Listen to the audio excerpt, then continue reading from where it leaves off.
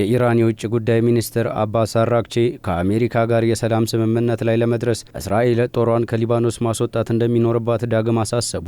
የኢራን የውጭ ጉዳይ ሚኒስትር አባስ አራግቺ ቴሄራን ከአሜሪካ ጋር የሰላም ስምምነት ላይ ለመድረስና በመካከለኛው ምስራቅ ያለውን ከፍተኛ ወታደራዊ ውጥረት ለማርገብ እስራኤል ጦሯን ከሊባኖስ በአስቸኳይ ማስወጣት እንደሚኖርባት ያስቀመጡት ቅድመ ሁኔታ ቀጠናዊ ዲፕሎማሲውን ወደ አዲስ ምዕራፍ አሸጋግሮታል። ይህ የቴሄራን አቋም ይፋ የሆነው የአሜሪካው ፕሬዝዳንት ዶናልድ ትራምፕ በኢራን ላይ ጠንካራ ወታደራዊ ጥቃት በማወጅ የካራግ ደሴትን ለመቆጣጠር በዛቱበትና ቀውሱ ወደ ለየለት ቀጠናዊ ጦርነት ሊያመራ በሚችልበት እጅግ አሳሳቢ ወቅት ላይም ነው። እንደ አሶሺየትድ ፕሬስና እንደ አልጀዚራ ዘገባ ከሆነ ሚኒስትር አራግቺ ይህንን ማሳሰቢያ የሰጡት በሊባኖስና በጋዛ እየተካሄደ ያለውን ወታደራዊ ዘመቻ በአስቸኳይ ካልቆመና የእስራኤል መከላከያ ኃይል ከደቡብ ሊባኖስ ሙሉ በሙሉ ካልወጣ ኢራን ከአሜሪካ ጋር ምንም አይነት የጠረጴዛ ዙሪያ ድርድር እንደማታደርግ በማረጋገጥ ተናግረዋል። ፖለቲካል ባለሙያዎች እንደሚተነትኑት የኢራን ይህ ስትራቴጂካዊ አካሄድ የሊባኖስን ደህንነት ከራሷ ብሔራዊ ህልውናና ከኒኩሌር ድርድር ጋር በማቀናጀት በምዕራባውያን ጫና ስር እንዳትወድቅና በቀጠናው ያላትን የኃይል ሚዛን ለማስቀጠል የምታደርገው ጥረትን የሚያሳይም ነው። ይህ የኢራን የዲፕሎማሲ መስመር በቀጠናው ያሉ ወታደራዊ ግንባታዎችና የጥቅም ትስስሮችን መሰረት ያደረገ መሆኑን ዓለም አቀፍ የመረጃ ምንጮች በሰፊው እየዘገቡትም ይገኛሉ። የኢራን እስላማዊ አብዮት ጠባቂ ጦር የካራግ ደሴትን የመከላከል አቅሙን እያጠናከረ ባለበት በዚህ ወቅት የውጭ ጉዳይ ሚኒስትሩ የሊባኖስን ጉዳይ እንደ ዋነኛ መደራደሪያ ካርድ ይዘው መቅረባቸው በዋሽንግተንና በቴል አቪቭ ላይ ዲፕሎማሲያዊ ጫናን ለመፍጠር ታስቦ የተነደፈ ስትራቴጂም ነው እየተባለ ይገኛል።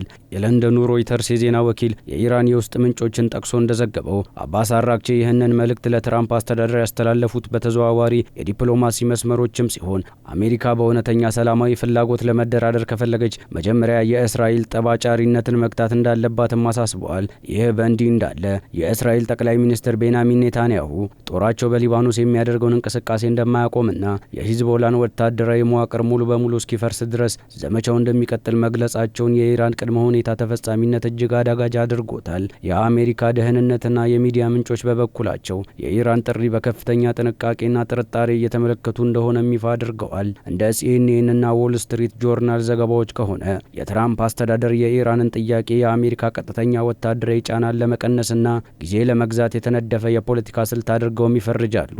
ፕሬዝዳንት ዶናልድ ትራምፕ ከዚህ ቀደም ከኢራን ጋር የሰላም ስምምነት በጣም የተቀራረበ መሆኑንና ቴሄራን የኒኩሌር መርሃ ግብሯን ለማቆም መስማማቷን ቢገልጹም አሁን ላይ ግን ዋሽንግተን የእስራኤልን ወታደራዊ እርምጃ በሊባኖስ ላይ እንድታቆም የምታደርገው ግፊት አነስተኛ መሆኑን ባለሙያዎች ይናገራሉ።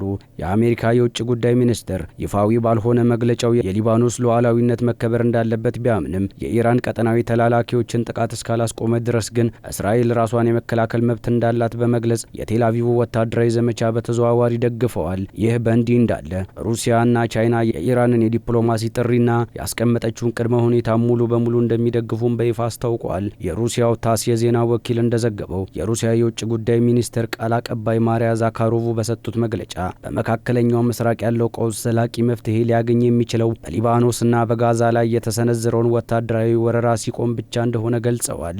የኢራን የውጭ ጉዳይ ሚኒስትር ያቀረቡት ሀሳብ ምክንያታዊና የቀጠናውን መረጋጋት የሚያረጋግጥ ነውም ብለዋል። ቻይና በበኩሏ በሲጂቲኤን በኩል ባወጣችው መግለጫ የእስራኤል ጦር ከሊባኖስ አለመውጣቱ ቀጠናውን የሳይበርና የባህር ላይ ጦርነት ይበልጥ እንዳያባብሱ አስጠንቅቃለች። ኢራን የብሪክስ ህብረት አባል መሆኗ ደግሞ ሞስኮና ቤጂንግ ለቴሄራን የሚያደርጉት ዲፕሎማሲያዊና ስትራቴጂካዊ ጥበቃ ይበልጥ ያጠናከረው ሲሆን የምዕራባውያን የተናጠል ወታደራዊና ኢኮኖሚያዊ ጫናን ለማክሸፍ ትልቅ አቅምም ሆኗታል። የቀጠናው ሀገራት በተለይም ሳውዲ አረቢያና የተባበሩት አረብ ኤሚሬቶች በዚህ የዲፕሎማሲያዊ ፍጥጫ ዙሪያ የያዙት አቋም ጥንቃቄ የተሞላበት መሆኑን የአልጀዚራ የቀጥታ ስርጭት ዘገባዎች ያረጋግጣሉ።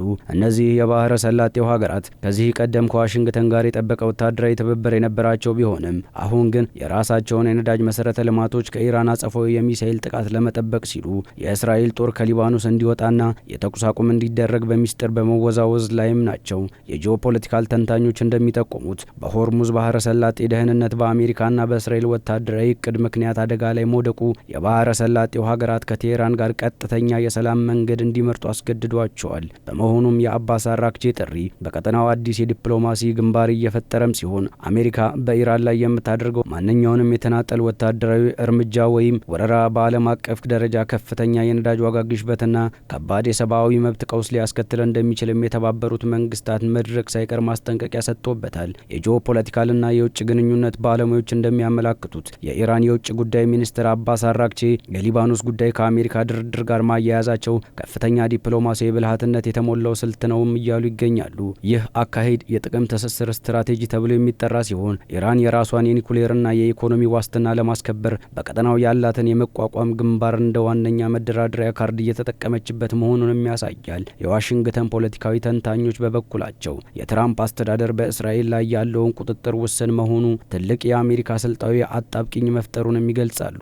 ፕሬዚዳንት ዶናልድ ትራምፕ በአገር ውስጥ ፖለቲካና በኢኮኖሚ ምክንያት ከኢራን ጋር ፈጣን ስምምነት ቢያደርጉም የእስራኤሉ ጠቅላይ ሚኒስትር ቤንያሚን ኔታንያሁና የሂዝቦላና የኢራን ወታደራዊ አቅም ሙሉ በሙሉ ሳይደቁሱ ጦርነቱን ለማቆም ፍላጎት የሌላቸው መሆኑን የአሜሪካ ዲፕሎማሲ ጥረትን ሙሉ በሙሉ አግዶታል። በተጨማሪም የወታደራዊና የደህንነት ባለሙያዎች የካርግ ደሴት ወረራ አዳጋችነትን በጥብቅ አስምረውበታል። የምዕራባውያን ወታደራዊ ተንታኞች እንደሚገልጹት አሜሪካ የካርግ ደሴትን ለመቆጣጠር የምታደርገው ማንኛውም የምድር ወይም የባህር ላይ ሙከራ እጅግ ከፍተኛ ወታደራዊ ኪሳራን ያስከትላልም ብለዋል። ኢራን ባለፉት ዓመታት በደሴቲቱ ዙሪያ ያሰፈረችው የባህር ውስጥ ፈንጂዎች፣ የረጅም ርቀት ባሊስቲክ ሚሳይሎችና የሩሲያ የላቁ የአየር መከላከያ ስርዓቶች የአሜሪካን ባህር ኃይል በቀላሉ ወደ ፋርስ ባህረ ሰላጤ እንዳይገባ ሊያግዱት ይችላሉ። የደህንነት ባለሙያዎች እንደሚተነብዩት ቀጥተኛ ውጊያ ከመጀመሩ በፊት በሁለቱም ወገኖች የሚሰነዘረው የሳይበር ጥቃት የቀጠናውን የኤሌክትሪክ የኮምፒውተርና የኃይል መሰረተ ልማቶችን ሙሉ በሙሉ ሊያሽመደምድ የሚችል በመሆኑም ይህ አይነቱ ስውር ዲጂታል ጦርነት በቀላሉ ቁጥጥር ወደማይደረግበት አደገኛ ደረጃ ላይም ደርሷል።